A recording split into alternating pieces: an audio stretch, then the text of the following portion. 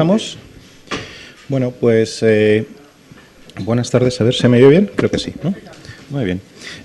Pues nada, muchas gracias por venir. Soy Francisco Beltrán, soy el director de Renco. Y nada, lo que quiero hacer es muy brevemente hacer los agradecimientos de rigor antes de pasar a la palabra a la mesa. En primer lugar, me gustaría agradecer a todos por venir esta tarde. Una tarde que si uno consulta la agenda cultural de Madrid, pues ahí parece que nos estemos contraprogramando, ¿no? Porque hay un montón de presentaciones de libros interesantes y de conferencias, ¿no? Así que muchas gracias dobles por habernos elegido esta tarde para pasar un rato con nosotros y saber qué es esto un poco de Renco, ¿no? En segundo lugar, agradecer también al nuestro grupo de amigos y benefactores de Renco, muchos de ellos están aquí hoy y cuya ayuda pues no podríamos estar haciendo nada de lo que estamos haciendo ahora, ¿no? Y en último lugar a la Fundación Rafael del Pino y muy especialmente a María del Pino, a Vicente Montes también, que está por allí, director de la Fundación, por acogernos hoy aquí y acogernos unas cuantas veces más dentro de unas semanas, ¿no? Con otros eventos de este ciclo que vamos a organizar, ¿no? Voy a presentar muy brevemente a la mesa a los participantes. Juan José Laborda es presidente de Renco, es licenciado en Historia por la Universidad de Valladolid, en Periodismo por la Universidad de Navarra, doctor en Historia por la UNED, profesor de Historia Moderna en la Universidad de Burgos y académico de la Real Academia de la Historia. Senador constituyente, fue presidente del Senado entre 1989 y 1996. Y desde 2015 dirige la Cátedra de Monarquía Parlamentaria en la Universidad de Burgos. Emilio Lamo de Espinosa es vicepresidente de Renco, es licenciado en Económicas y en Derecho por la Universidad Complutense, doctor en Derecho por esta universidad y doctor en Sociología por la Universidad de California. Ha sido director y presidente del Real Instituto Elcano y actualmente es catedrático emérito de Sociología de la Universidad Complutense y también es académico de la Real Academia de Ciencias Morales y Políticas. Maite Rico es periodista y directora de La Lectura, la revista cultural del mundo. Es también columnista de ese diario y analista en Onda Cero y en Es Radio. Ha sido subdirectora del diario El País, corresponsal en Latinoamérica y reportera en Bosnia, Somalia y Libia, entre otros lugares. También es autora de varios libros sobre política internacional. Y nada más, voy a dar ya paso a la mesa. Maite, vas a dirigir y amenizar el diálogo. Muchas gracias. Gracias. Buenas tardes a todos y bienvenidos a este encuentro que inaugura un ciclo de seminarios sobre la monarquía y con el que se presenta en sociedad Renco, la Red de Estudios de las Monarquías Contemporáneas. Una iniciativa académica que pretende impulsar la investigación sobre las monarquías parlamentarias y su funcionamiento actual. Un propósito en absoluto ocioso a tenor de los tiempos que vivimos, por lo menos en España. Como nos van a contar, varias instituciones están en el origen de esta iniciativa: el Real Instituto Elcano, la Universidad Internacional Menéndez Pelayo, el Centro de Estudios Políticos y Constitucionales y la Fundación Transición Española. Y en contra de lo que algunos podrían imaginar, al mirar un poco las personas que participan, pues no son jubilados nostálgicos que tengan en las vitrinas fotos de Alfonso XIII y platitos del jubileo de Isabel II, sino bueno, pues un grupo nutrido y solvente de académicos, diplomáticos, juristas, politólogos de generaciones y de procedencias y tendencias distintas. En esta jornada inaugural, bueno, me acompañan Juan José Laborda y Emilio Lamo de Espinosa, presidente y vicepresidente respectivamente de Renco. Ya Paco ha hecho las presentaciones y los currículums, que son tan largos que la verdad hay que abreviarlos mucho, y vamos a entrar ya en materia, ¿no? Vamos a empezar. Juan José, ¿nos puedes explicar qué es exactamente Renco?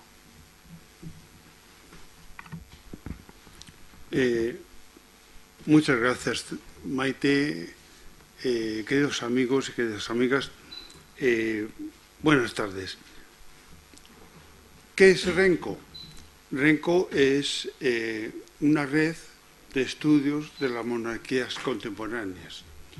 Es un proyecto, una aventura intelectual de un conjunto de personas muy distintas que tenemos en común, más que nada, por una parte, nuestro apego a la democracia representativa, una visión cosmopolita de la política exterior y de Europa, y el convencimiento de la superior legitimidad de la monarquía parlamentaria para el ordenamiento de España. Nos hemos dado cuenta que así como el Parlamento, el Estado de las autonomías, la justicia han ocupado muchas páginas de investigadores, de políticos, han sido objeto de debates en el Parlamento durante muchos años, la monarquía parlamentaria ni siquiera tuvo un gran alcance en el debate constituyente y después no se ha vuelto a hablar de una manera rigurosa, científica o académica. Lógicamente, eso es un aliciente para fundar Renco. Queremos hacer una reflexión científica, rigurosa, independiente, sobre la forma de Estado, la forma política del Estado, que es como la define la Constitución. Pero evidentemente, y no descubro nada, están ustedes pensando lo que voy a decir a continuación, hacerlo hoy en España es más necesario que nunca, porque, con esto termino, la monarquía como la Constitución no están en crisis en España, pero están en discusión. Y por lo tanto hay que crear conceptos rigurosos, con espíritu crítico, que nos ayude a definir, comprender y profundizar, incluso aventurar el futuro de esa fórmula del Estado que está en nuestra Constitución. Eso es Renco. Cuéntanos por qué surge este proyecto, si tan mal están las cosas. No, no están tan mal. Yo creo que claramente están mejorando. Yo creo que el momento, digamos, más preocupante de la monarquía parlamentaria, por fortuna, lo hemos dejado atrás y todos los datos acreditan que está mejorando en este momento, ¿no? Pero, en fin, por entrar en el tema, hace unos días un buen amigo me decía: Emilio, ¿y qué haces tú en esto de Renco, de estudiando las monarquías parlamentarias? Pues voy a tratar de explicarlo, ¿no? Yo creo que lo que me anima a esto son dos incentivos, ¿no? Por una parte, una preocupación política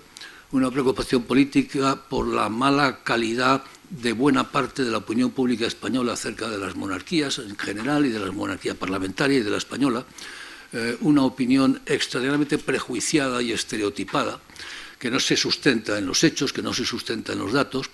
Y por otra parte, un vector, un incentivo de honestidad intelectual, porque cuando me pongo a estudiarlo, lo que descubro es algo exactamente contrario de lo que esos prejuicios y estereotipos nos dicen, ¿no?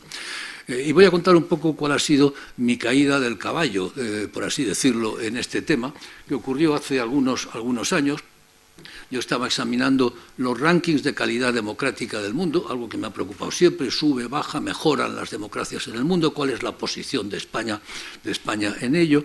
En ese momento estábamos en la posición 17ª, nada mala. Hoy nos hemos deteriorado bastante, nos hemos bajado a las 20 y tantas, pero en fin, estaba examinando esto y de pronto me pregunté: oye, ¿cuántas de todas estas democracias del mundo de alta calidad, son las 20 primeras, este es el ranking del Economist Intelligence Unit, cuántas son monarquías? Y me puse a marcarla y dije: oye, Noruega, la primera; Suecia, la tercera. Dejo fuera Nueva Zelanda, que lo es, pero lo es de un modo digamos, lateral. Dinamarca y Luxemburgo y el Reino Unido y España y Japón, y me olvidaba de Holanda. Vamos a ver, ¿cuántas democracias parlamentarias hay en el mundo? Hay más de 125 repúblicas, solo 9 monarquías parlamentarias, y aquí hay 8 de 9. Y me quedé muy sorprendido. ¿Cómo es posible? Nadie me había dicho nunca que buena parte de las mejores democracias del mundo son monarquías parlamentarias, ni tampoco que la gran mayoría de las monarquías parlamentarias están entre las mejores democracias del mundo. Debo decir que me quedé muy sorprendido porque no lo había visto en ningún sitio. Es más, descubrimos entonces que Estados Unidos y Francia, que son los dos modelos de repúblicas, estaban por debajo de todas las monarquías parlamentarias. Qué cosa más rara, me quedé sorprendido. Y me puse a estudiar y busqué otros rankings de democracia, por ejemplo este, que es muy acreditado por los politólogos, Varieties of Democracy, y me encontré lo mismo, me encontré la misma tesitura. No era el Economist Intelligence Unit. Cualquier ranking de democracia, de calidad democrática en el mundo, me iba a producir este mismo resultado. Es más, algunos estudios han podido acreditar, por ejemplo, que hay 28 monarquías, parlamentarias o no, 28 monarquías y 125 repúblicas. La puntuación de las monarquías es de 6,29 y de las repúblicas de 5,42. Y es más, si nos vamos a las monarquías, las repúblicas parlamentarias tienen una puntuación de 6,68, pero las monarquías constitucionales, como la española, la máxima de todas, 7,86. Por eso, un centro de investigación como Freedom House ha podido decir, bueno, es más probable que un país sea libre si es monarquía que sea república. Esto se puede acreditar, no es una opinión, se puede acreditar que es más probable que un país sea libre y si es libre y es monarquía será de mayor calidad, lo vemos aquí, que si es república. Me puse, movido por esto, me puse a mirar otros rankings. Y entonces busqué, por ejemplo, el ranking del Rule of Law, que elabora anualmente el World Justice Project. Pues bien, nos encontramos de nuevo lo mismo. Dinamarca, Noruega, Suecia, los Países Bajos, Reino Unido, Bélgica, aquí está Bélgica, que antes no estaba, Japón y España. Y seguí, y de nuevo Francia y Estados Unidos por detrás. Claramente las monarquías parlamentarias tienen mejores estados de derecho que las repúblicas clásicas, como son Francia y Estados Unidos. Y seguí buscando rankings. Vamos a ver, el de desarrollo económico, PIB per cápita, pues aquí lo tenemos. De nuevo aparecen las monarquías parlamentarias en los primeros lugares. De desarrollo humano, el índice de desarrollo humano de Naciones Unidas, que mide más cosas, mide el PIB per cápita, pero también la educación, la sanidad, la situación de la mujer, es un índice cualitativo, es un agregado de índices. Y de nuevo nos encontramos con la misma situación. El Social Progress Index, que nos mide el estado de bienestar, cuál es la calidad del estado de bienestar, 3/4 de lo mismo. Imagen y reputación de los países, 3/4 de lo mismo. Bueno, no sigo. La conclusión es que la evidencia empírica es abrumadora. Quien piense, como se dice con frecuencia, que monarquía y democracia son incompatibles, debería claramente revisar su opinión. Como digo, muchas de las mejores democracias del mundo, casi la mitad, son monarquías parlamentarias. Y viceversa, la gran mayoría de las monarquías parlamentarias son democracias de alta calidad, democracias completas. Pero también, quien siga pensando que la monarquía tiene poco que ver con la modernidad y es una antigualla de otros tiempos, algo viejo, debería también revisar su opinión. No solo compatible, es que muchas de las monarquías están a la vanguardia de la modernidad y de la eficiencia económica y social. La pregunta inmediatamente es, ¿hasta dónde podemos llevar este argumento? ¿Hasta dónde? Estos son datos, ahora hay que interpretar esos datos. Bueno, podemos pensar, como me dijo, hice una ponencia, recuerdo, en la Academia de Morales y Política, y un compañero me dijo, correlación no es causalidad, ¿no? Aquí lo que tenemos es una mera correlación. Se puede pensar que son países monárquicos porque son países estupendos, estables, ricos, prósperos y conservan la monarquía. Bueno, a pesar de, digamos, habría que decir, a pesar de, conservan la monarquía. Bueno, la conclusión sería que al menos no es dañina. Mire usted, si los países mejores del mundo tienen monarquía, por lo menos no es dañina, no es perniciosa. Pero cuando hay correlaciones tan altas, como es el caso, es lógico pensar que la causalidad funciona en los dos sentidos. Y la pregunta es, ¿cómo contribuyen las monarquías parlamentarias a que estos países sean estables, prósperos, eficientes, etcétera? Por ejemplo, un investigador de Freedom House se preguntaba, ¿ofrecen las monarquías democráticas contraintuitivamente, y esto me parece muy interesante, es decir, en contra de los prejuicios, en contra de los estereotipos, en contra de las intuiciones, ofrecen algún beneficio especial del que carecen sus contrapartes republicanas? Y se contesta, es una pregunta abierta. Es una pregunta abierta. Y esto es lo que pretendemos en buena medida contestar esta pregunta abierta. Y entonces me asaltó la segunda sorpresa. Y es que yo pensé que como consecuencia de que hay un buen número de países que son monarquías y monarquías parlamentarias, en la literatura comparada, en el Journal of Comparative Political Studies, digamos, la literatura científica rigurosa, habría docenas de investigaciones sobre esto, como la hay sobre los parlamentos, sobre la judicatura, sobre tantísimas cosas. Pero mi sorpresa es que no es así, no es así. Un par de investigadores investigadores daneses que hicieron un estudio de cuántos trabajos se habían dedicado a este tema, concluyeron esto. La gente, los propios investigadores, piensa que es una institución obsoleta, infantil, una reliquia grotesca de otros tiempos, algo simpático y romántico, pero en última instancia pasado de moda. Y decían, los científicos sociales han estado hasta ahora bastante desinteresados en estudiar las consecuencias de que un Estado sea de naturaleza monárquica o republicana. El propio Juan José Linz, el gran politólogo español, profesor de Yale, premio Princesa de Asturias de Ciencias Sociales y uno de los grandes científicos sociales españoles de las últimas décadas, en uno de sus últimos trabajos decía: deberíamos de prestar más atención al papel que las monarquías han jugado en la evolución de la democracia. Y podía seguir, por ejemplo, fortalecen la unidad en países compuestos, como es el caso del Reino Unido, como es el caso de Bélgica, como es el caso de España, por citar algunas, ¿no? Potencian y visibilizan la marca país, facilitan las transiciones a la democracia, facilitan el cambio social y moral. Todo parece seguir igual, pero todo acaba cambiando bajo la paraguas de esa monarquía. Estabilizan los gobiernos, son un escudo frente a cesarismos y líderes autoritarios, por citar algunos de los temas que he visto en alguna literatura. Bueno, no voy a insistir sobre ello, porque esto es Renko. En el fondo, esta es la idea de Renko. La idea es: las opiniones sobre las monarquías están plagadas de prejuicios y estereotipos. Estudiemos qué aportan al funcionamiento de las democracias, como estudiamos los parlamentos, la judicatura, las autonomías, etc. Por concluir, no hace falta ser monárquico para interesarse por la monarquía. Esto no hace falta, no necesitamos que uno sea monárquico para interesarse. ¿Esto que estoy diciendo tiene consecuencias políticas? Claro que las tiene, es evidente, no me engaño, las tiene. Pero antes conviene saber de qué estamos hablando. Antes de empezar a discutir si sí o si no, si monarquía o república, pensemos, discutamos, analicemos en qué medida unas u otras aportan y qué es lo que aportan. Lo que no podemos es seguir discutiendo sobre prejuicios y sobre estereotipos. Y el objetivo de Renko es básicamente esto: producir información rigurosa que puede irse filtrando, que se comunique, que a través de los medios de comunicación vaya penetrando en el discurso público, en el discurso de los periodistas, bueno, y que cuando nos pongamos a discutir sobre estas cuestiones, pues tengamos un mínimo de información rigurosa. Por ejemplo, repito, no se puede seguir diciendo, como se dice con tanta frecuencia, que monarquía y democracia son incompatibles, cuando resulta que las mejores democracias del mundo resulta que son monarquías parlamentarias. Gracias.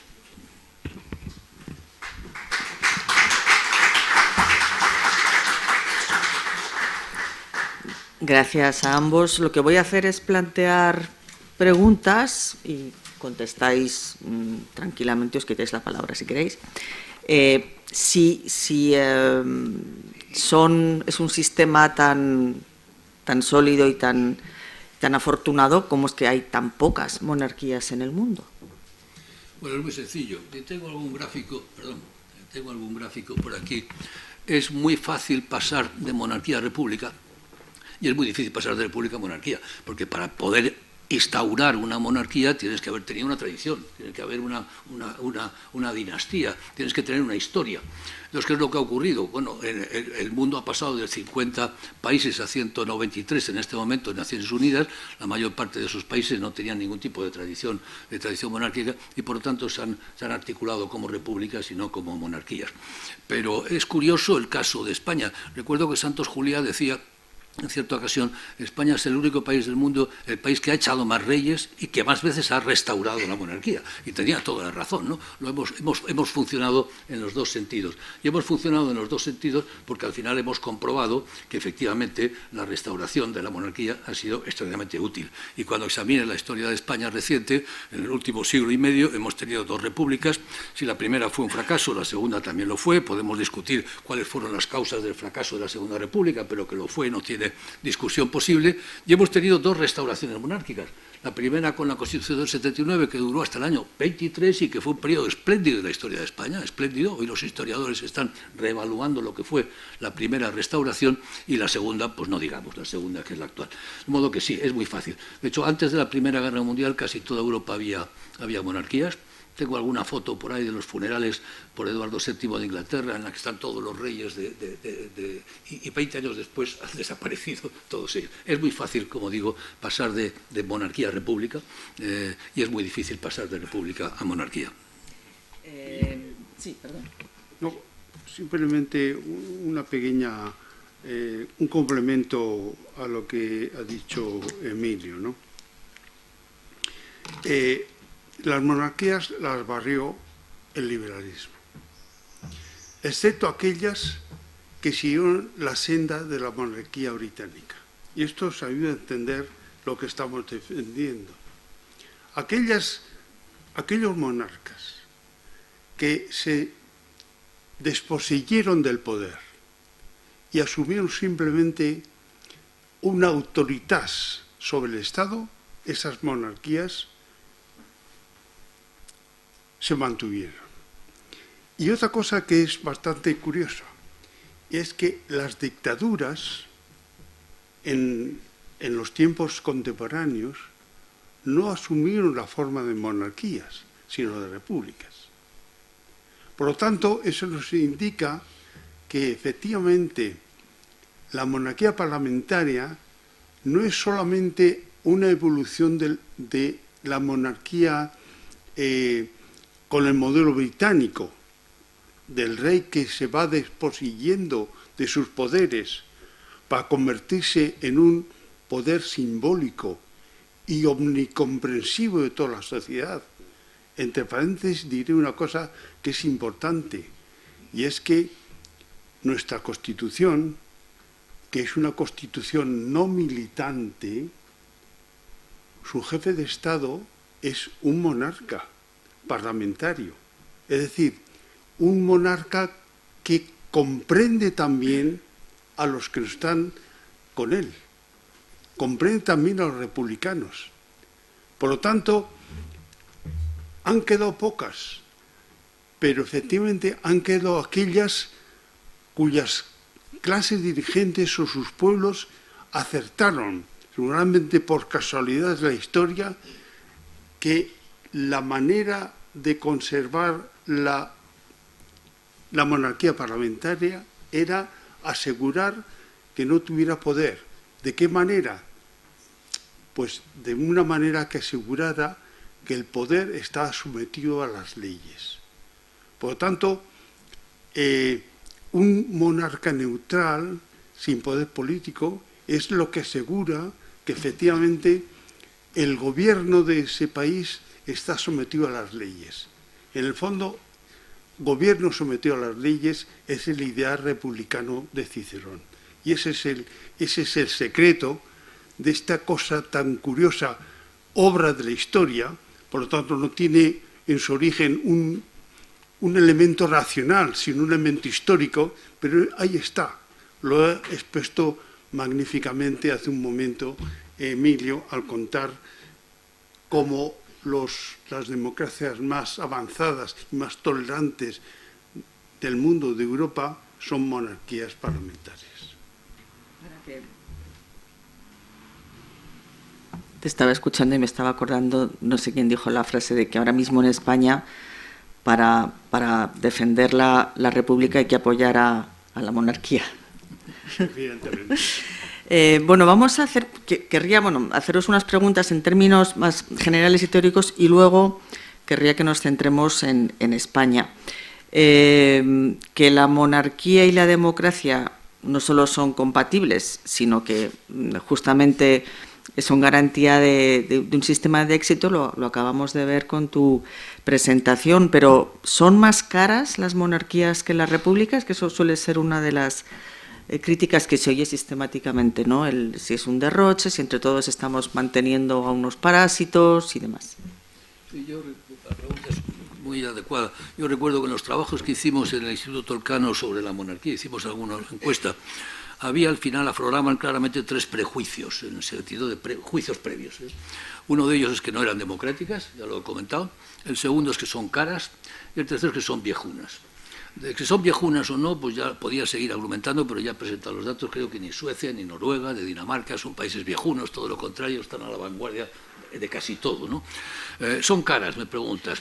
No lo sabemos. Y este es uno de los temas que pretendemos investigar en RECO, uno de los temas prioritarios que tenemos en nuestra lista en este momento para llevar a cabo una investigación comparando jefaturas del Estado monárquicas entre sí y con jefaturas del Estado republicanas. ¿Qué es más cara, la jefatura del Estado española, la corona española o la presidencia de la República Francesa o la presidencia de la República Italiana o la corona inglesa o la corona danesa? Es una investigación compleja porque hay que meterse en los presupuestos, hay que homogeneizar los datos, no es fácil, y la verdad es que en este momento no hemos acabado de encontrar un investigador que nos lo pueda hacer. Pero si a alguien se le ocurre, pues estaríamos encantados de hablar con él. Es una investigación, pero es muy importante. Lo que te puedo decir es que yo he conseguido, y los tengo también, no lo he traído, pero los tengo, al menos 3 fuentes distintas, de 3 investigadores distintos, que los 3 te dicen, cuidado, no estoy muy seguro de lo que digo, ¿no? Pero en esas 3 lo que sale clarísimo es, por ejemplo, bueno, la corona inglesa es carísima, la presidencia de la República Francesa es carísima, la presidencia de la República Alemana es barata, la corona española es la más barata de todas, más que las repúblicas. Esto es lo que dan esas 3 fuentes que te las puedo remitir cuando quieras. Pero repito, yo tengo la impresión de que la información que tenemos no es muy robusta, como dicen los estadísticos, ¿no? En cualquier caso, sobre este tema del costo de los gobiernos, a mí siempre me recuerda lo que escribió hace muchísimos años un tipo genial que se llama Guillermo Ferrero. La democracia es cara. La democracia es muy cara, sea monárquica o sea republicana. Pero tiene una ventaja, y es que el gobierno democrático no os mete miedo. Por lo tanto, si es cara, pues bien dinero empleado. ¿Qué aportan las monarquías que no aportan las repúblicas y viceversa? ¿Qué ventaja puede tener una república frente a una monarquía? Dejo el grueso del argumento a ti, Emilio. Vamos a ver, que sabes más que... No, este es uno de los temas a investigar. Como decía anteriormente, es evidente que no es casualidad que los mejores países del mundo resulta que son monarquías parlamentarias. Habrá que ver en qué medida esa jefatura del Estado hereditaria contribuye a, ¿no? Y lo que te puedo decir de cosas que he leído por aquí y por allá, y creo que es un tema a investigar mucho más, es que, como decía Taylor, el Freedom House, contraintuitivamente, lo que se le achaca a la monarquía, que es el carácter hereditario y no electivo del jefe del Estado, es justamente lo que acaba siendo positivo. La ciencia social muchas veces lo que tiene que hacer es ponernos de manifiesto que las apariencias, lo que hay detrás de las apariencias, lo que hay detrás de los estereotipos. ¿En qué sentido? Uno, es una magistratura apartidista, de las pocas que hay. No pertenece a ningún partido, no pertenece a ningún grupo político, viene como quien dice del cielo, ha caído, por casualidad, por herencia ha caído y ahí lo tenemos. Por lo tanto, esta es la primera gran ventaja. Segundo, como consecuencia de esa gran ventaja, el ser claramente apartidista puede representar a la totalidad de la nación mucho más que cualquier otra persona, que siempre va a ser inevitablemente una persona de partido y va a venir de algún sitio. Bueno, él no. Y representa a la nación, la Constitución dice al Estado. No, la verdad es que los reyes sabemos que representan a la nación en su totalidad y en el tiempo, profundidad, también en el tiempo. Y esto es muy importante. Los reyes, al fondo, en el final, son los ocupantes de una magistratura que es intemporal.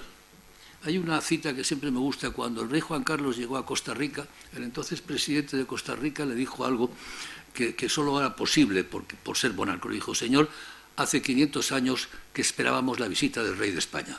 Y es muy bonita la cita, esperábamos la visita, y llegó el rey de España. Podía haber venido hace 500 años, el rey de España, porque quien viene es el rey de España. No es Juan Carlos de Borbón, no, es el rey de España, ¿no?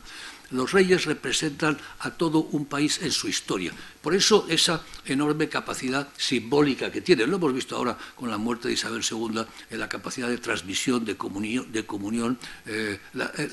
La parte, lo que Bagehot, el gran teórico británico, llamaba la parte dignified, simbólica de la monarquía, ¿no? Y luego un último elemento que me parece muy relevante también, es de las pocas magistraturas que piensan en el largo plazo. La política democrática se juega en ciclos electorales de 5 años, 4 años, 2 ciclos como mucho, ya 3 nos parece a todos, verdaderamente, como Felipe González, pues una cosa excepcional. Pero los reyes no, los reyes, fijaros, Isabel II fue nombrada rey cuando yo empecé a ir al colegio. O sea que esto, y todo el tiempo que ha pasado. Juan Carlos, durante su reinado, tuvo amistad y relación con 6 presidentes de Estados Unidos. Creo que empezó con Ford y a partir de Ford todos ellos. Bueno, esta visión del largo plazo, la política democrática frecuentemente es, oye, pan para hoy, hambre para mañana. Lo estamos viendo en este momento con el endeudamiento público por todas partes, ¿no? Pan para hoy, hambre para mañana. Que lidian las generaciones siguientes. Para los reyes, las generaciones siguientes son ellos mismos o sus hijos. Y por lo tanto no les pueden transmitir eso, ¿no? Por lo tanto, la jefatura hereditaria tiene, lo decía Mancur Olson, un gran politólogo, decía, tiene positivos elementos intergeneracionales e intertemporales, de solidaridad intertemporal y de solidaridad intergeneracional. Por lo tanto, el largo plazo me parece que es también relevante, ¿no? Yo añadiría solo, antes de darte la palabra, se me ocurre también el hecho de que, justamente por la cuenta que les trae, por el hecho de que es hereditaria y pensando en el largo plazo, es que, por lo menos, y lo vemos el contraste en la actualidad, los reyes o las reinas son personas formadas específicamente para cumplir su misión, cosa que no ocurre con bastantes de los políticos que tenemos. Sí, pero además hay otro elemento que es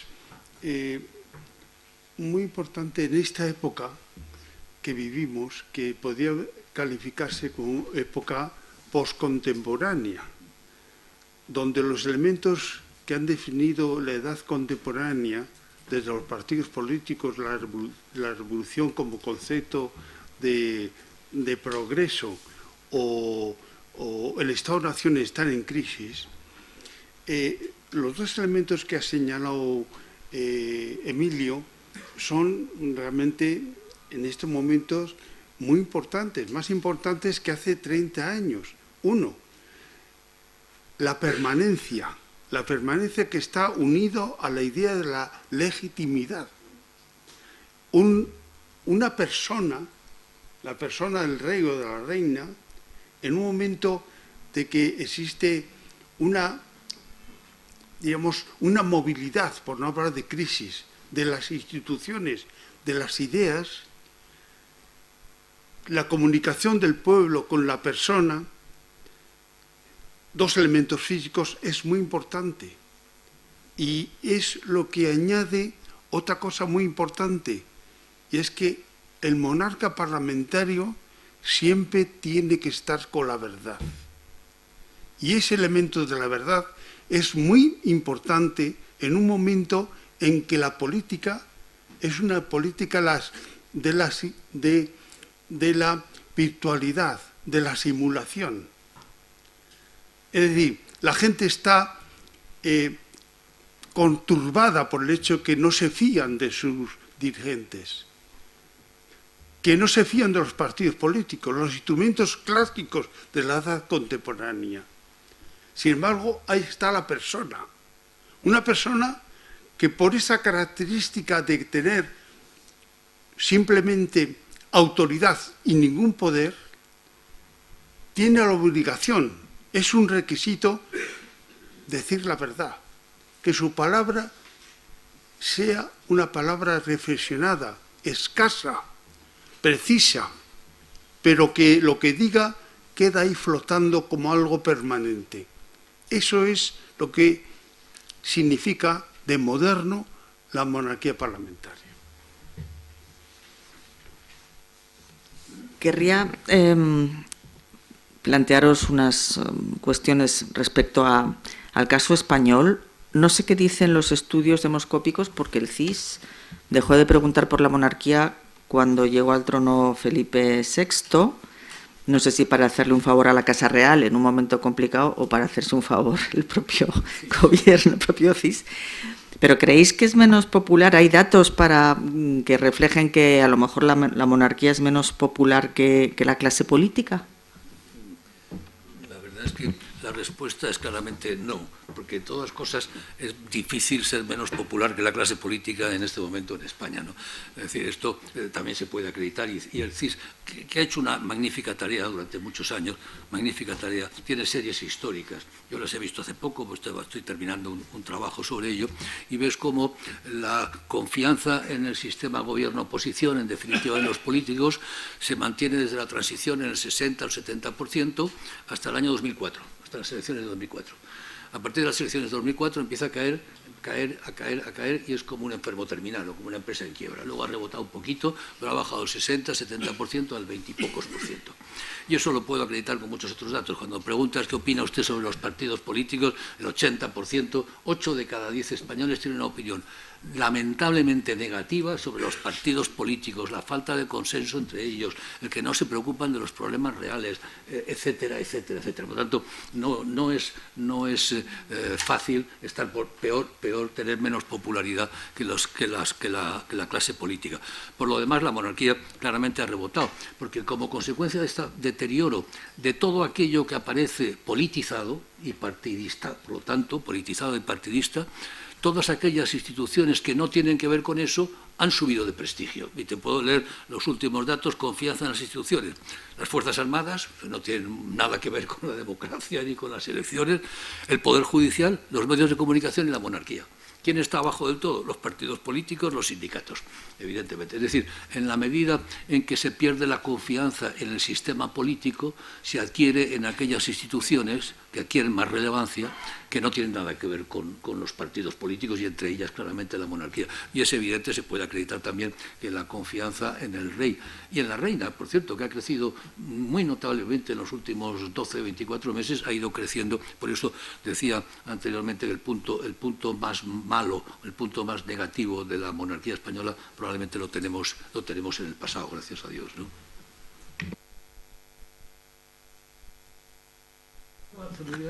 Perdóname que te interrumpa. No, un dato que es muy interesante, porque tú decías que el CIS no pregunta, y es verdad, el CIS no pregunta directamente por la monarquía. Podría hacerlo, no sé por qué no lo hace, pero sí pregunta indirectamente en el sentido de que en todos los barómetros preguntan a los españoles cuáles son los principales problemas de España. Y elaboran, por lo tanto, ahí se elabora un listado, un ranking de los principales problemas de España, que tradicionalmente son, por supuesto, el desempleo, el paro, el terrorismo lo fue, la sanidad en los últimos tiempos, y desde hace 4 o 5 años, sobre todo los políticos, la clase política, los partidos políticos. Son los principales, es curioso, los principales problemas de España, incluso por delante de la economía. La clase política, no me atrevo a utilizar el término casta porque no me gusta, pero es eso, es la clase política. Y en ese listado de problemas aparece la monarquía.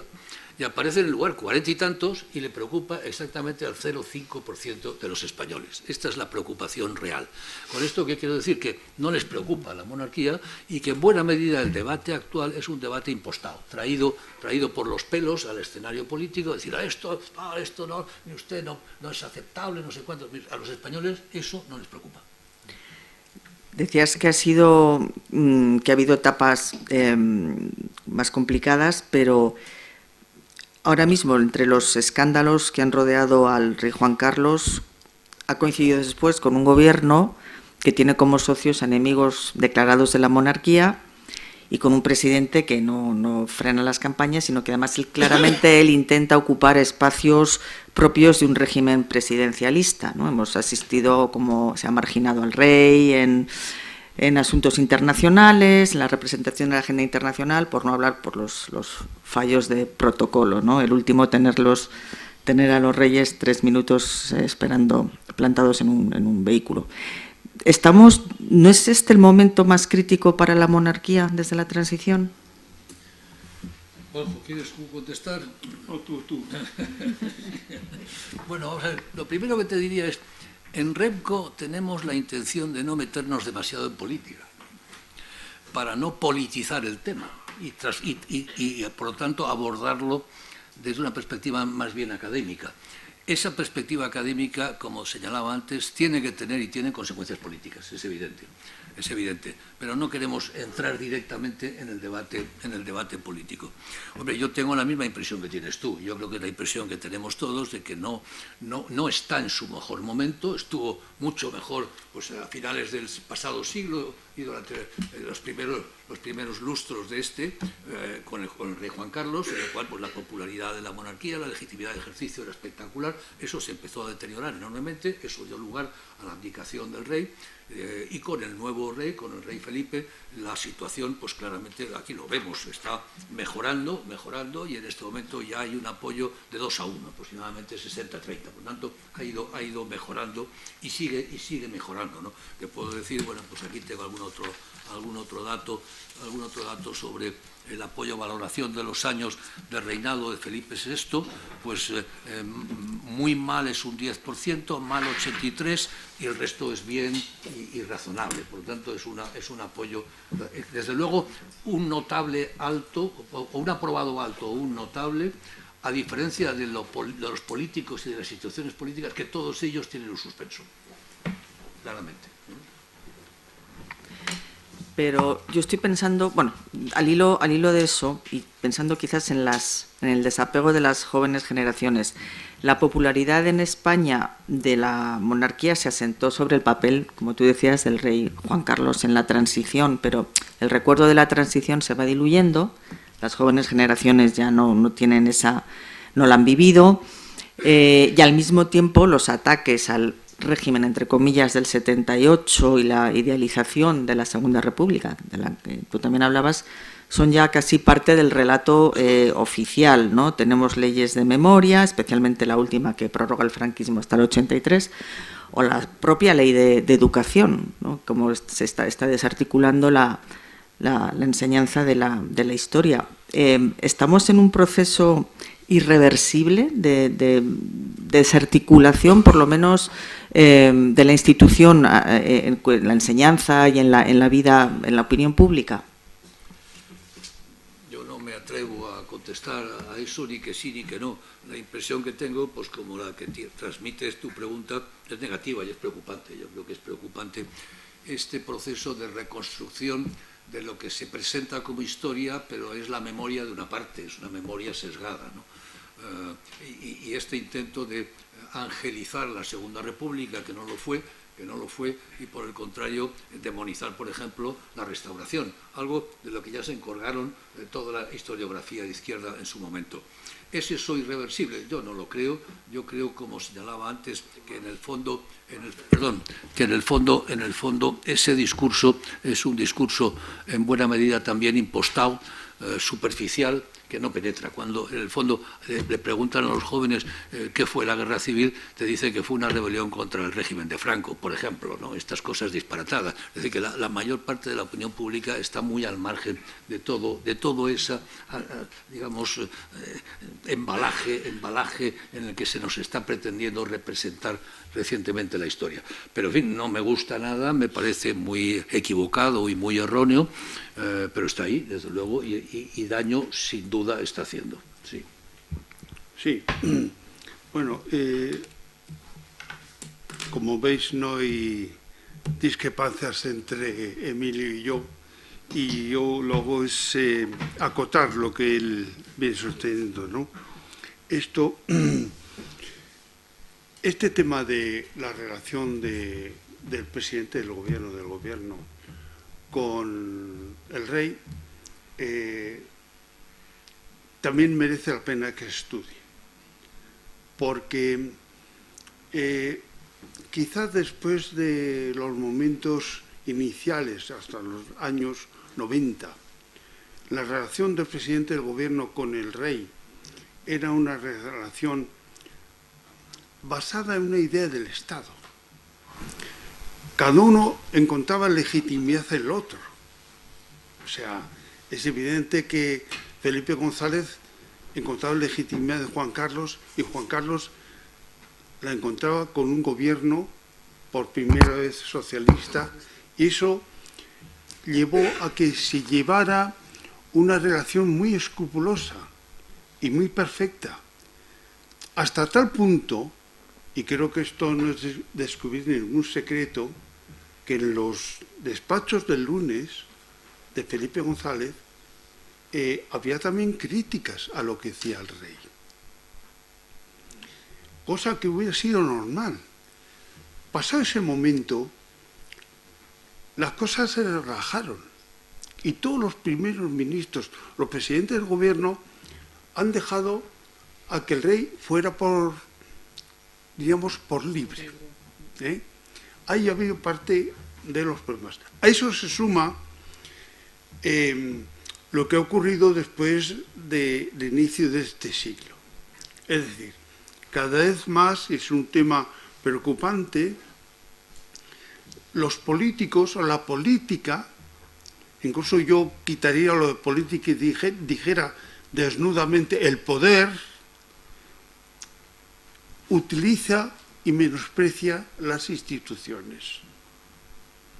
Os estoy hablando en términos abstractos, pero creo que ustedes saben exactamente a lo que me estoy refiriendo. Y eso ha ido acompañado de una trivialización de la historia.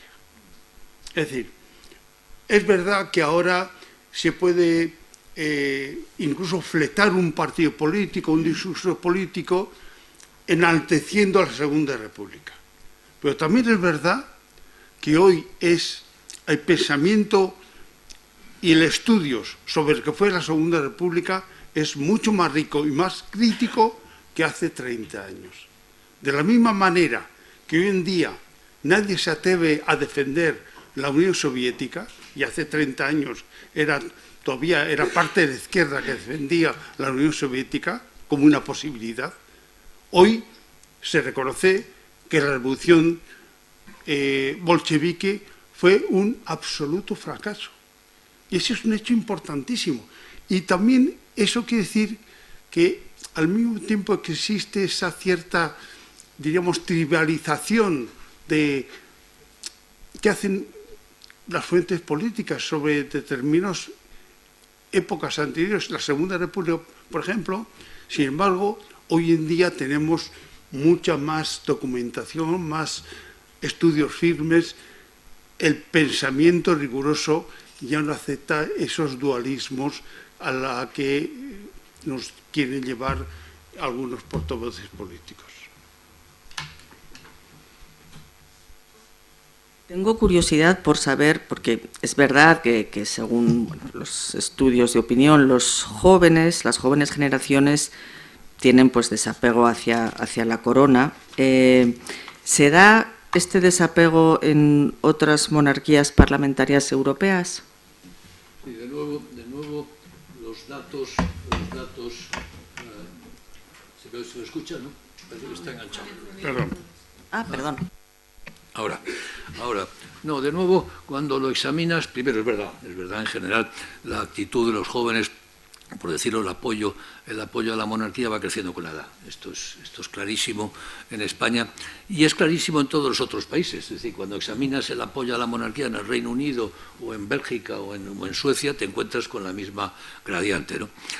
Es más, el mismo gradiente lo encontrábamos hace 40 años. Yo comenzaba diciendo, bueno, yo no era especialmente monárquico. Es decir, que aquí en buena medida tienes un efecto de edad. Es un efecto de edad que se va curando, como tantas cosas se pasan con la edad y con la experiencia, y esa actitud, digamos, despreciativa y alejada, etcétera, va variando a medida que pasa el tiempo. Hay un segundo fenómeno a tener presente, y es que en el apoyo a la monarquía, como en el apoyo a cualquier otra institución, hay ciclos. Y tienen subidas y bajadas, y también las tienes en todos los países. Todos recordamos lo que fue la muerte de Lady Di y el annus horribilis de la reina Isabel II, ¿no? En un momento en el que la opinión pública inglesa los acusaba de privilegiados, arrogantes, insoportables, y la pasión, el tema de abolir la monarquía, pues se empezó a discutir por todas partes. Lo mismo ha ocurrido en Bélgica, lo mismo ha ocurrido en Suecia en algún momento, es decir, que sube y baja.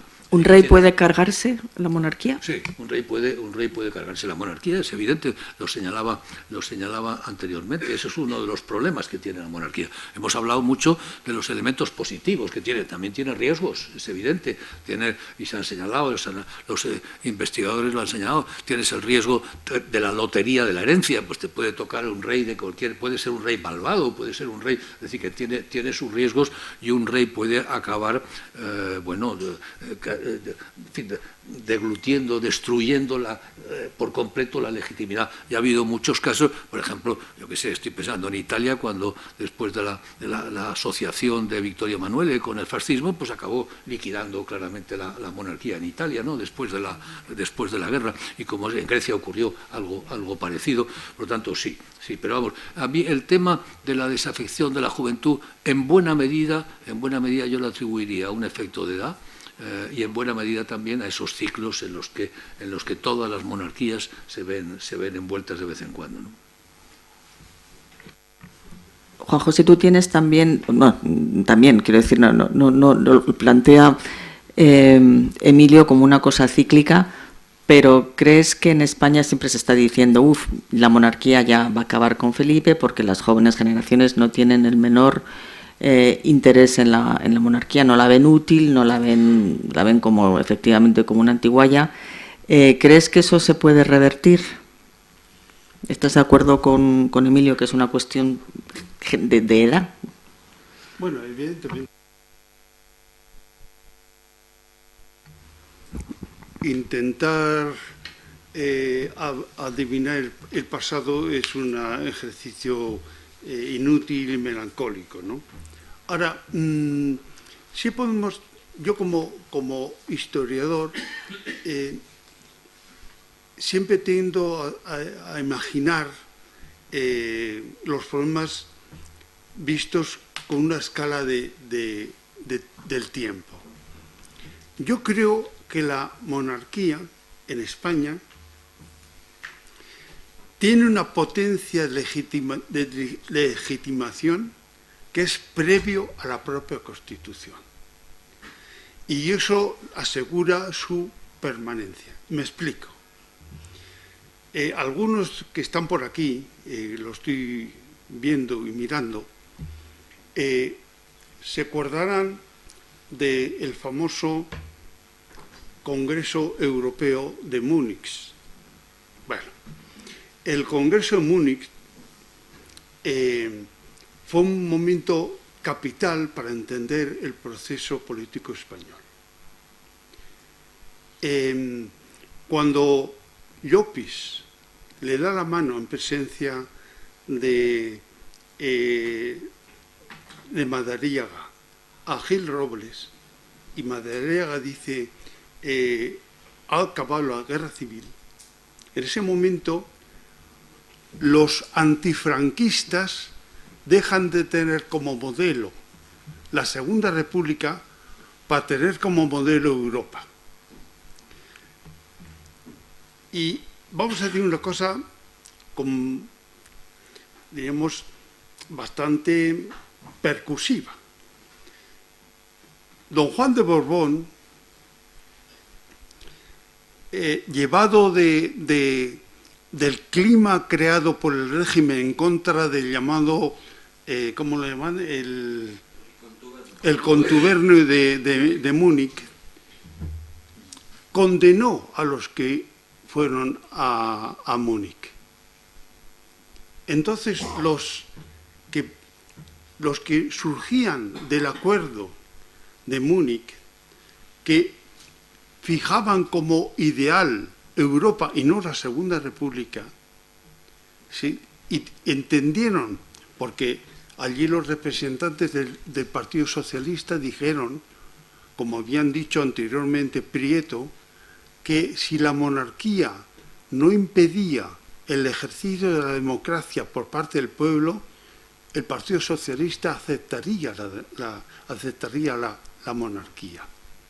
Bueno, en esas condiciones, el único monarca posible fue Juan Carlos. Y evidentemente hay que tener en cuenta el momento de la coronación de Juan Carlos, cuáles son sus palabras. Sus palabras ante quiénes en aquel momento. Ante el presidente francés, ante el presidente de la República Federal de Alemania, ante el vicepresidente de los Estados Unidos y ante el duque de Edimburgo.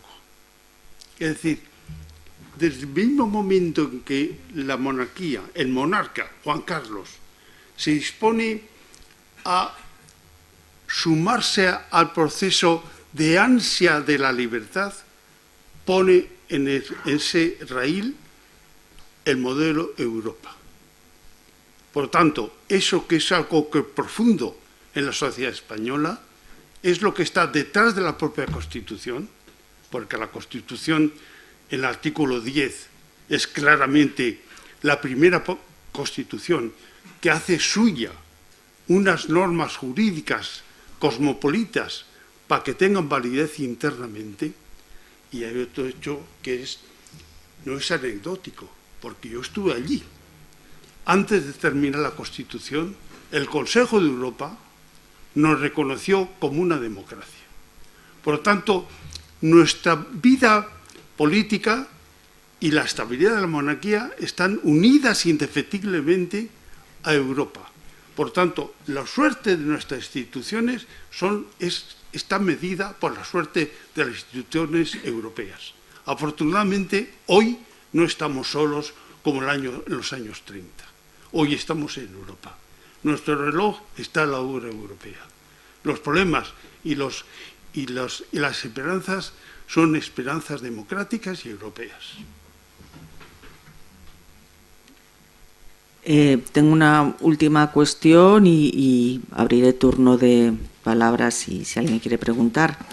Estaba pensando en el caso español, pues en la transición, en el golpe del 23F, en el golpe después de los independentistas catalanes y el discurso de Felipe VI. En estos casos la monarquía, digamos, unió a un país convulso.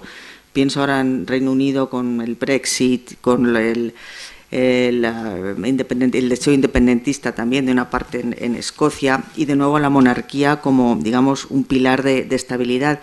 Tal vez es el papel último de la monarquía lo que puede justificar su presencia, el reforzar la unidad de la nación y dar estabilidad y confianza cuando las instituciones políticas fallan.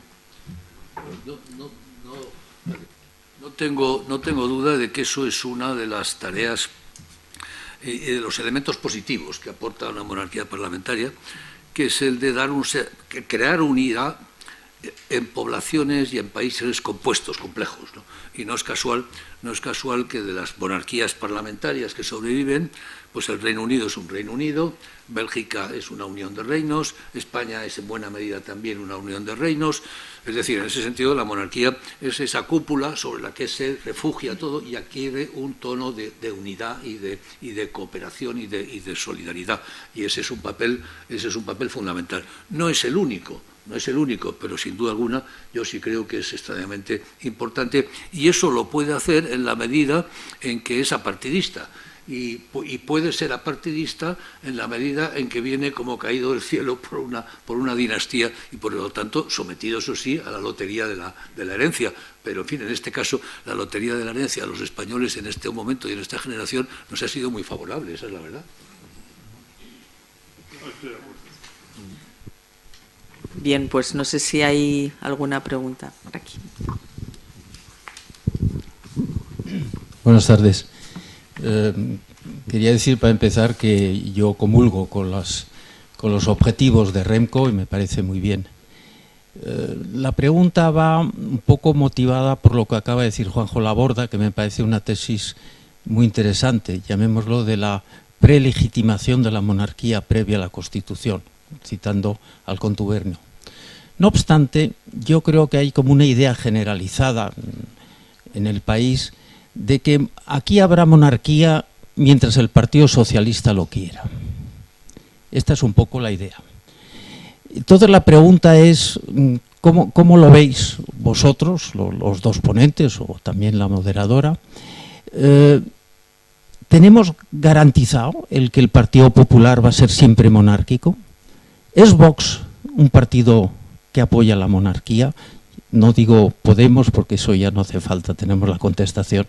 Pero quiero decir que quizás en vuestros estudios, quizás haya que ver también cómo es la relación de los partidos con la monarquía, porque claro, evidentemente lo que diga la juventud será muy importante dentro de 20, 30 años o incluso 10, pero la actitud de los partidos me parece aquí muy importante. Y creo en eso, que en efecto parece que como el interruptor estaría en el Partido Socialista. El momento que el Partido Socialista dijera esto se ha acabado, ya vamos a una república, sería un desastre, ya lo sé, pero quiero decir que es un poco una idea que quizás existe, y no digo que sea cierta, pero quería un poco el comentario de los ponentes sobre esto.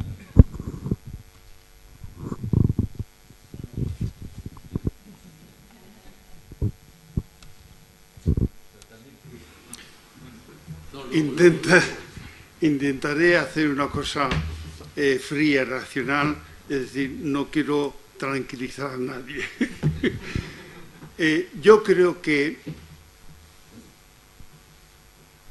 el Partido Socialista, supongamos que entra en una locura absoluta, mientras la Constitución siga siendo el marco que nos sujete, eso le puede costar al Partido Socialista su desaparición, y eso sucederá antes que la posibilidad de que alguien flete una idea republicana como alternativa. Yo tengo una profunda convicción de que nuestra Constitución tiene profundas raíces en nuestra sociedad. Entre otras cosas, porque el consenso es una operación milagrosa o mágica, que no tuvimos ningún mérito por estar en el consenso, sino son las circunstancias. Pero el consenso no es más que el acuerdo entre los antifranquistas con los que querían reformar el régimen, que procedían del régimen franquista. Eso fue un acuerdo profundísimo. Eso es lo que da legitimidad a la Constitución, pero también le da posibilidad de supervivencia. Porque yo, por decir, y termino con esta afirmación, la Constitución nuestra es muy imperfecta, pero bendita imperfección, porque solamente una Constitución imperfecta es capaz de comprender a todos y tener futuro. Ahora, hay que tener una cierta inteligencia, al mismo tiempo una cierta audacia entre los representantes públicos para reformar algunos aspectos de la Constitución que efectivamente se han quedado viejos. Yo vamos a ver, un poco estoy básicamente de acuerdo, pero por matizar algunas ideas, ¿no? Yo estoy de acuerdo en que es clave la posición del Partido Socialista en relación con la monarquía, eso es absolutamente clave. Y se corre el riesgo de que la indiferencia acabe dejando una institución en manos de la derecha y que la derecha abrace a la institución, y eso puede acabar siendo negativo para todo el país. Por lo tanto, ahí hay un problema que tenemos.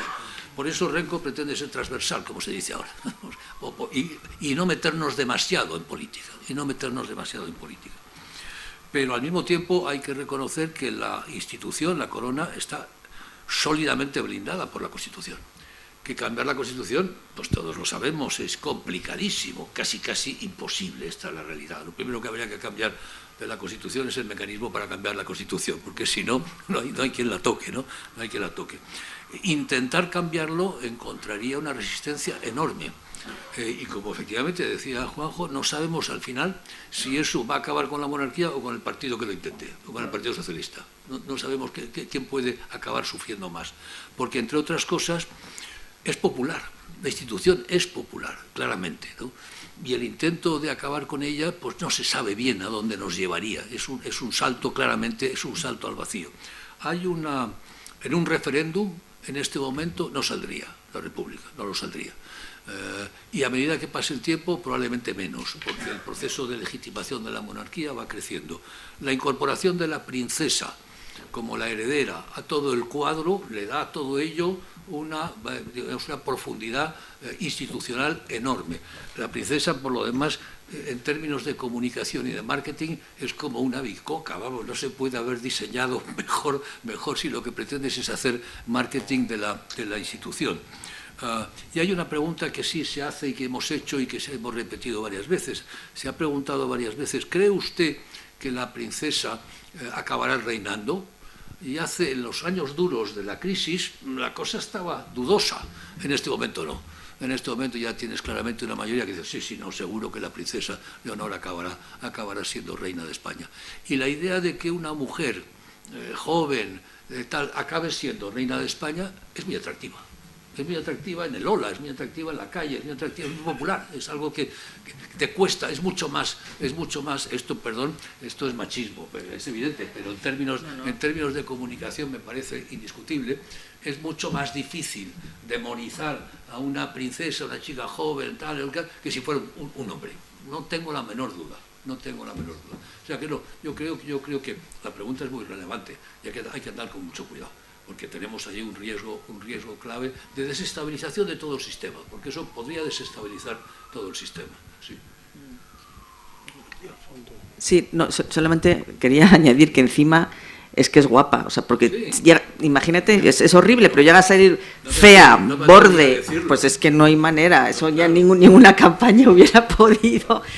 Pero sí, no, y en el caso del Partido Socialista es verdad que no sé hasta qué punto ahora es un partido secuestrado, no lo sé, porque es verdad que tampoco, Juanjo lo sabrá mejor, pero da la impresión de que hay mucho más de fondo, que la gente no se atreve a hablar, pero no sé hasta qué punto Pedro Sánchez y la línea que ha adoptado, que también ha saltado muchos diques que nunca antes se habían sobrepasado. Estoy pensando con los pactos con los independentistas y demás, es todo tan inusual que sería a lo mejor difícil de prever qué rumbo puede tomar el Partido Socialista en el futuro, ¿no? Sin Sánchez.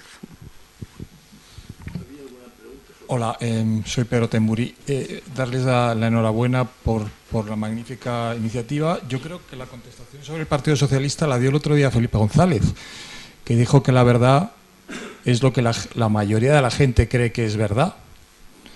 Con lo cual, aunque sea un poco posmoderno, ¿quién podría aguantar la monarquía si realmente una mayoría de los españoles no la quiere, por mucha constitución que haya?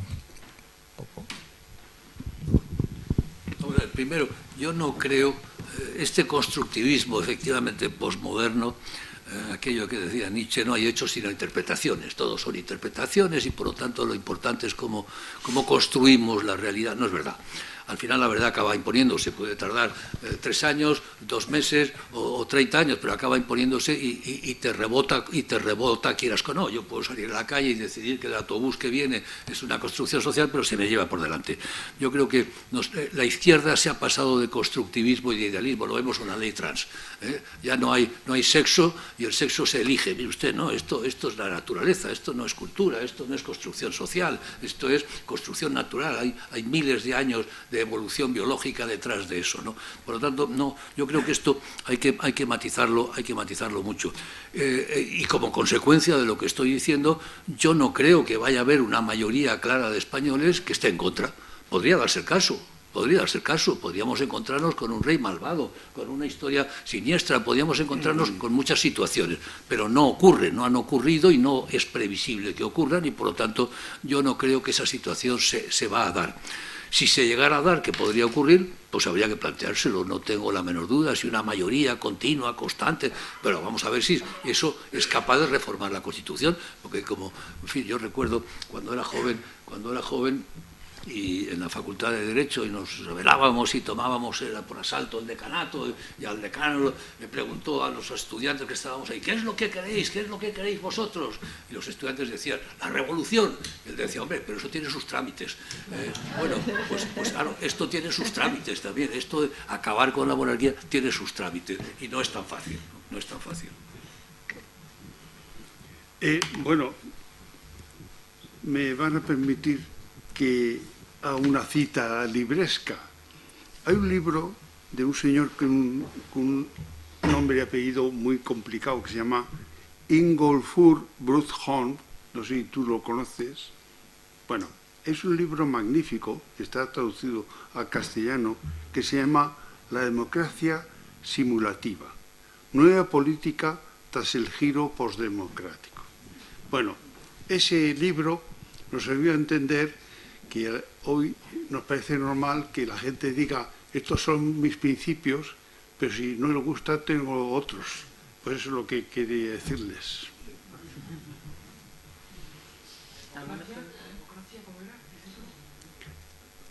La democracia simulativa. Este señor es un austriaco y el libro está traducido en una editorial de Colombia. Yo lo he encontrado en Marcial Pons, si quieren más datos. El subtítulo es Nueva política tras el giro postdemocrático. Tiene un nombre como nórdico, ¿no? Él es austriaco, Ingolfur Brodholm. Bueno, igual ha nacido por ahí cerca del círculo polar. Muchas gracias. Me ha parecido estupenda la presentación, enhorabuena. No, la pregunta es hasta qué punto existe un blindaje constitucional en otros países, en otras monarquías constitucionales. Yo no, Juanjo, no sé si yo no soy constitucionalista y por lo tanto no puedo decirte si en el Reino Unido, me sospecho que sí, pero en fin, en Dinamarca o en Noruega hay un blindaje constitucional similar al existente en España sobre la monarquía. No lo sé, no tengo ni idea, pero me parece un buen tema. Yo creo que como tal blindaje, digamos, con la normativa para cambiar el sistema, esto es típico, una constitución como la nuestra, que se puede cambiar todo. Y por lo tanto, pasa que tiene que seguir los procedimientos. La Constitución noruega, por ejemplo, que es una constitución que se hizo un poco a imitación o bajo la influencia de la Constitución de Cádiz nuestra, el monarca de esa Constitución no es que tenga un blindaje, es que forma parte del conjunto, de tal manera que cambias el sistema, cambias el rey y cambias todo. De tal manera que, de alguna manera, todas las constituciones tienen un cierto blindaje.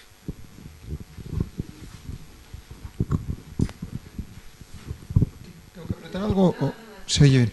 A ver, a mí me parece, de todas maneras, que estamos muy tranquilos con este blindaje constitucional, que es verdad que además la monarquía es de las partes reforzadas.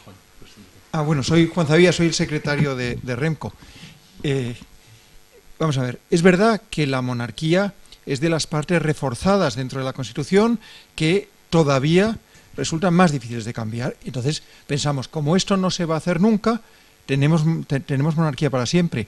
Yo creo que ocurriría de otra manera. Es decir, yo creo que si en algún momento políticamente el mantenimiento de la monarquía fuera absolutamente insoportable, el rey tendría que irse y en ese momento se iniciaría el proceso de reforma constitucional. Pero no va a ocurrir lo de que disolvemos las cámaras, elegimos...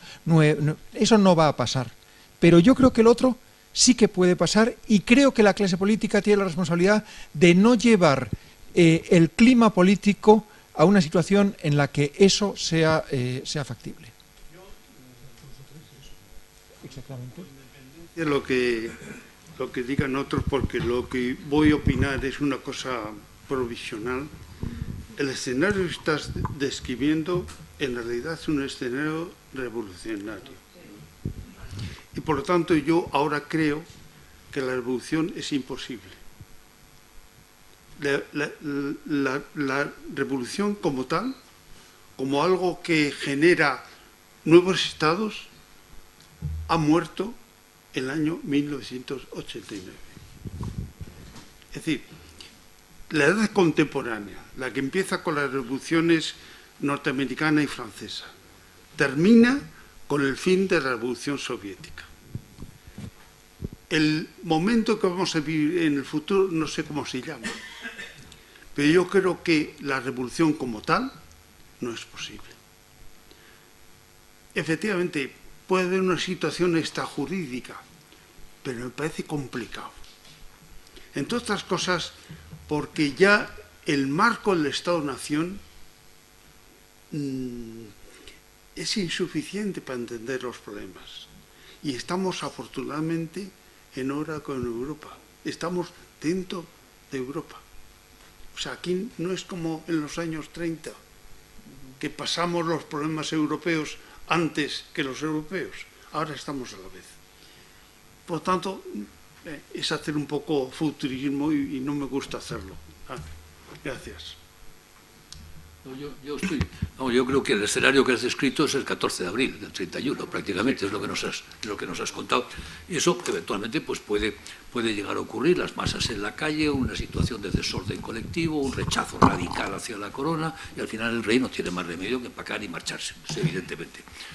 Bueno, ¿puede ocurrir? Pues sí, todo puede ocurrir, es evidente, pero no parece factible en el corto plazo, no hay ningún elemento, no existe esa capacidad de movilización en contra, existe todo el blindaje legal, está la Unión Europea, está todo el marco jurídico también y constitucional, porque no es suficiente eso, hay que respetar los procedimientos, como decía anteriormente, la Unión Europea exige que se respeten los procedimientos, y no es nada fácil que se pueda producir una situación de ese tipo.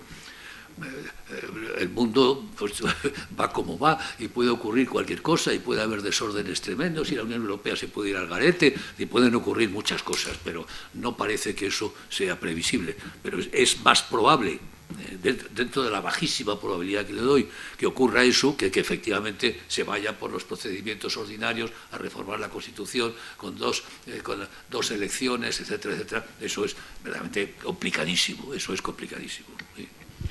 Porque yo veo además que, a diferencia de la monarquía de Alfonso XIII, el monarca actual está enteramente sometido a la ley. Y por otra parte tiene una sensibilidad, producto del sistema político, con los cambios de opinión de la sociedad, que hace muy difícil una sorpresa como la que sucedió el año 31. Donde el rey estaba fuera de la ley y la práctica y tampoco tenía ninguna posibilidad de tener conexión con determinados sectores sociales. Esto no se ha dado. Afortunadamente, la monarquía parlamentaria española es una monarquía plenamente democrática. Primero, enhorabuena por la exposición, me ha gustado muchísimo. Desde el punto de vista histórico también, desde el punto de vista más sociológico. Pero no sé si hay otro escenario, que es que no se cambia la Constitución, pero se le va, de alguna manera, privando o quitando contenido. Y es algo que desgraciadamente algunas veces hemos visto, ¿no? Que no se permite viajar, hacer viajes importantes al extranjero, no se permite un contacto, qué sé yo, con los nuevos jueces en ciertas regiones, es decir, y pierde poco a poco de contenido. ¿Ese es un escenario posible dentro de la Constitución?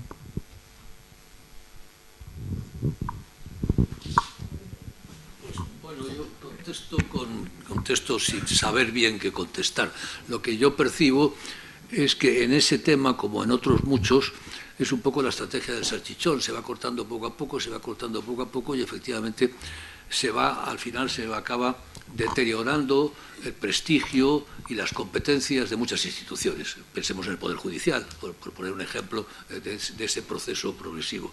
Y efectivamente, en alguna medida eso se ha producido, yo creo que se está produciendo. Es reversible, claro que es, claramente es reversible, y habrá que intentar darle la vuelta, pero se está produciendo en muchos campos y no solamente en ese proceso de deterioro institucional, ¿no? Incluso de funcionamiento, bueno, casi paraconstitucional. Estamos en algunos campos funcionando un poco al margen, deglutiendo la Constitución. En algunos campos, los juristas y los constitucionalistas, los profesores de Derecho Público, les he oído decir en más de una ocasión, estamos en ese escenario. Y eso claramente es preocupante, es uno de los temas que deben preocuparnos, ¿no?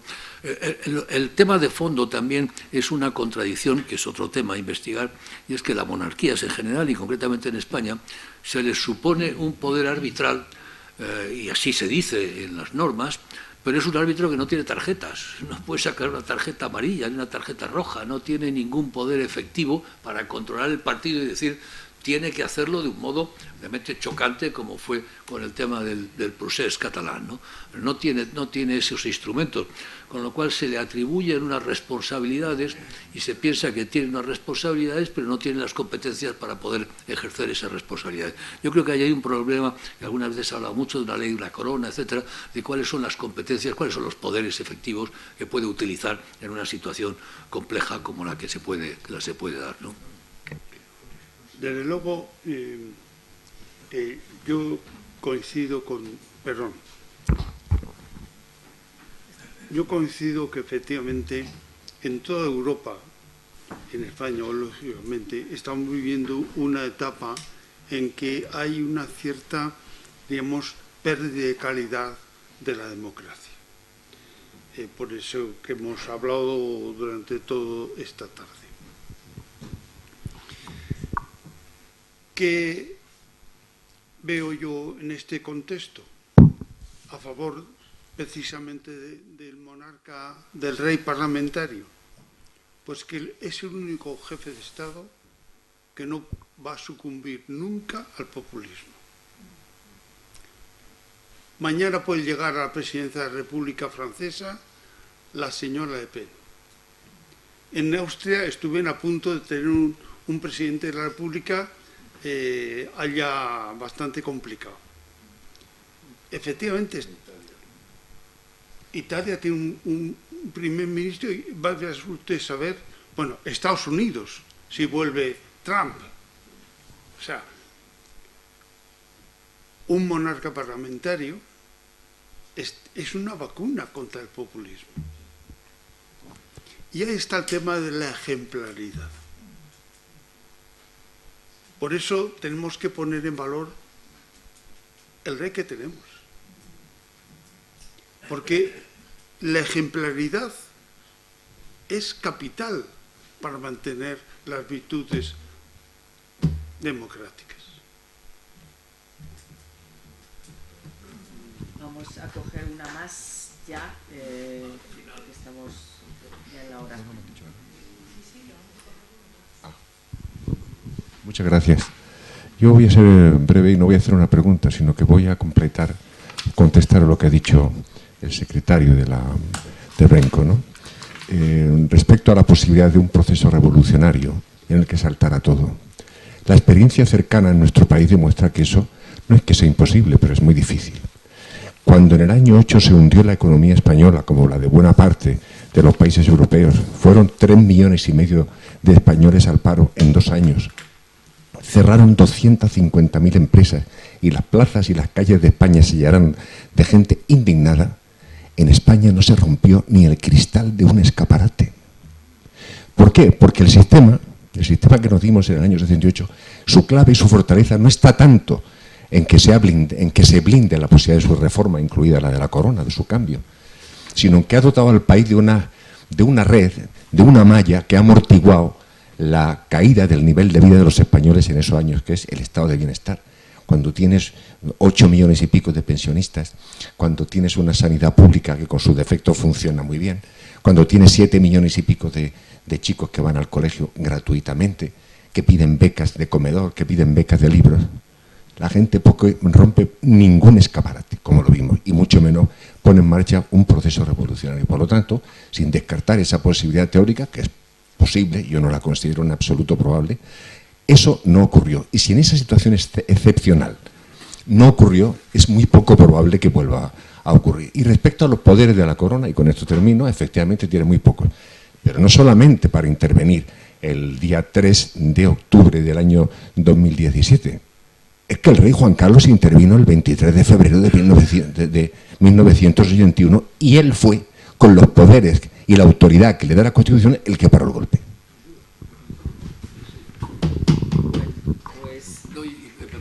Y hablando de la relevancia del marco institucional del Estado español, hubo una revolución en Cataluña en el 2017 y las instituciones la han destruido prácticamente y ha desaparecido, ¿no?